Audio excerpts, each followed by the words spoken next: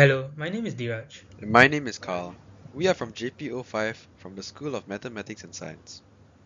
We have chosen to do our research on World War II at the former Ford factory. This is what we will be covering in our video today. The former Ford factory in Singapore has a rich history. It was the site of the first car assembly plant in Southeast Asia when it was opened by Ford in 1941. However, during World War II, the factory was taken over by the Japanese and the commander, Aji Yamashita, converted it into his forward headquarters. It was also the location where the British surrendered to the Japanese in February 1942. After the war, Ford regained control of the factory and used it until 1980. In 1997, the Singapore government announced its plan to convert the factory into a heritage site to preserve its historical significance. In 2006, the factory was gazetted as a national monument, and a permanent exhibition was opened on the site, showcasing the events and memories surrounding the British surrender, the Japanese occupation of Singapore, and the war legacies through archival collections. The exhibition underwent a revamp in 2016 and now features interactive exhibits that allow visitors to experience the history of the factory and its role in Singapore's past. The former Ford factory is now a popular tourist attraction and a significant reminder of Singapore's wartime history. We chose former Ford Factory as it contains the history and archival collections of what the people of Singapore went through during and after the Japanese occupation. Recently, I have been getting interested in my family's history, and while I was doing research about my ancestors and my family background, I found out that my great grandparents were a part of World War II, which sparked my interest to learn more about it. I have chosen the Life of Prisoners of War artifact. I chose this artifact because during the Japanese occupation of Singapore, prisoners of war faced numerous difficulties such as poor living conditions, forced labor, and lack of access to medical care and food. The Japanese occupation of Singapore was a significant event in the history of Singapore and Southeast Asia. Understanding the experience of prisoners of war during this period can provide valuable insights into the impact of war on individuals and the society. This event had a lasting impact on Singapore's identity and history as it serves as a reminder of the atrocities committed during the war. The trauma and loss experienced by the victims and their families continue to be left in Singapore today, and the event is often commemorated in various ways to honor the memory of those who lost their lives.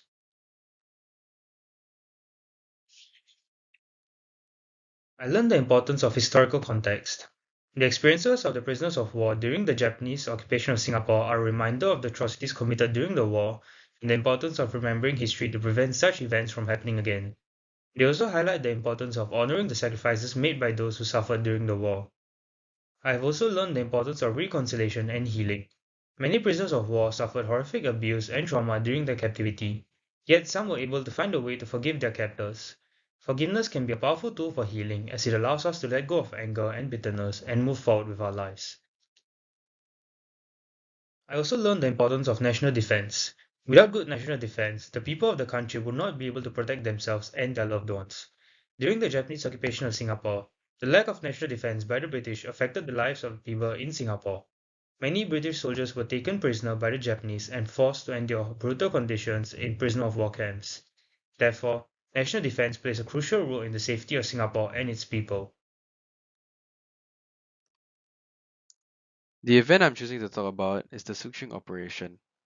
The Suksing Operation was a mass killing that occurred from 18 February to 4 March 1942 after it fell to the Japanese. The term Suksing is a Hokkien phrase that translates to purge through cleansing.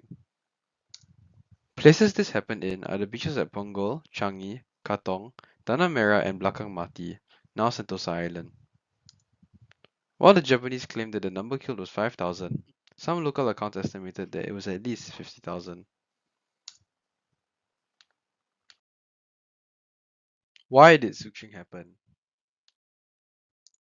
The aim of the Suksing massacre was to intimidate the Chinese community in Singapore. The Japanese military believed that the Chinese community posed a potential threat to their control over the island.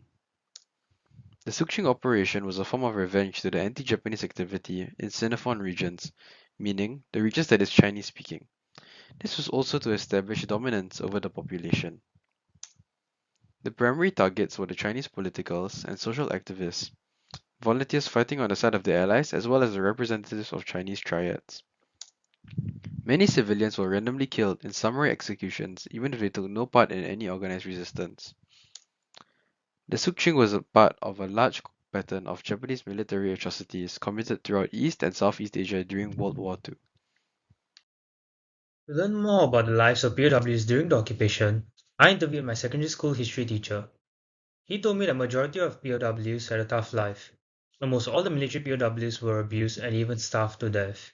He also told me that the most challenging part would be the physical aspects, as they had to do difficult work for prolonged periods of time with very little food. However, not all POWs were treated harshly.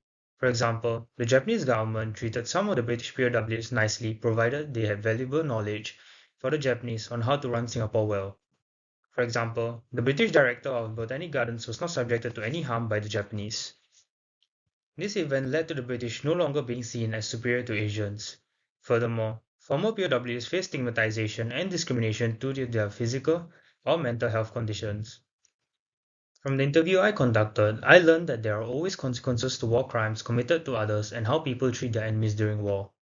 We should also honor the memory of POWs because of the sacrifices they made and the immense suffering they endured for their country. The best way to do so would be to ensure that countries do not go through the similar experience in the future. We can also honor their memory by having good national defense as is important for every country and it ensures the safety of its people. For my interview, I interviewed my mother and I asked her what were her thoughts on the Sukching operation.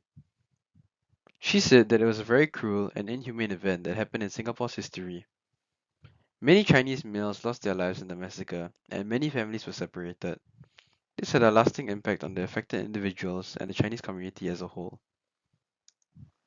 Racism, Sukching operation, and other similar historical events can cause a divided society, and many problems may arise due to tensions.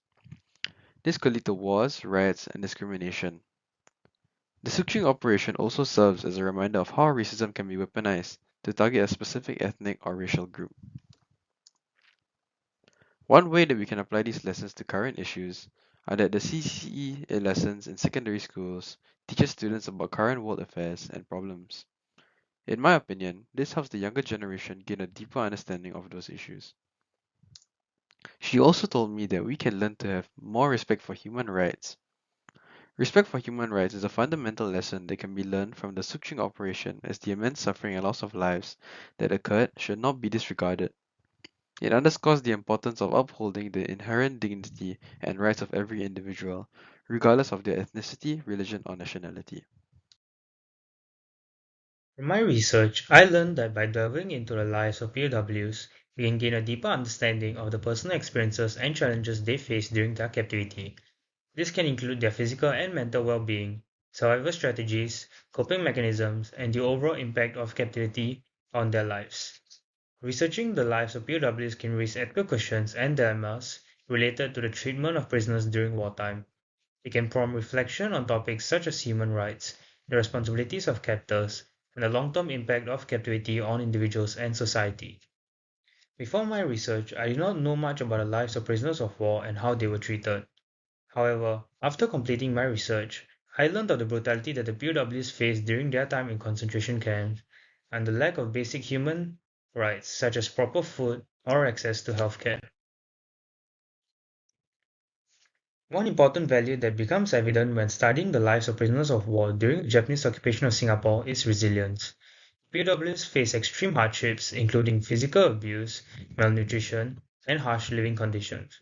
Despite these challenges, many POWs demonstrated incredible resilience in their ability to endure and survive. Resilience encompasses qualities such as mental strength, adaptability, determination, and the ability to bounce back from adversity. The POWs showed resilience by finding ways to cope with their circumstances, maintaining hope, and supporting each other. They develop strategies for survival by forming bonds with their fellow captives, seeking solace in activities such as creative expression, maintaining morale, and keeping their spirits up. Prior to this project, I had no knowledge about the Sukching operation or even World War II, but after doing my research and going to my location, former Ford factory, I have a deeper understanding of how the Sukching operation was like. What I have learned is how cruel the Sukching operation was and how many lives it had affected, ranging from the lives that were lost and the people around them who had to suffer a loss. Before I had known anything about the Sukching operation or World War II, I did not care much about it, as it did not concern me.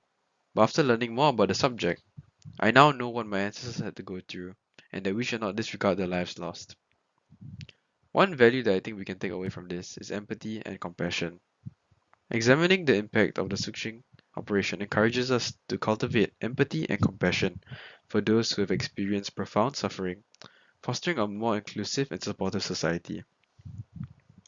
Empathy refers to the ability to understand and share the feelings of others. By delving into the historical accounts and personal stories of those affected by the switching operation, we can gain a deeper understanding of the pain and fear and loss they experienced. This understanding allows us to put ourselves in their shoes, acknowledging their suffering and recognizing their humanity.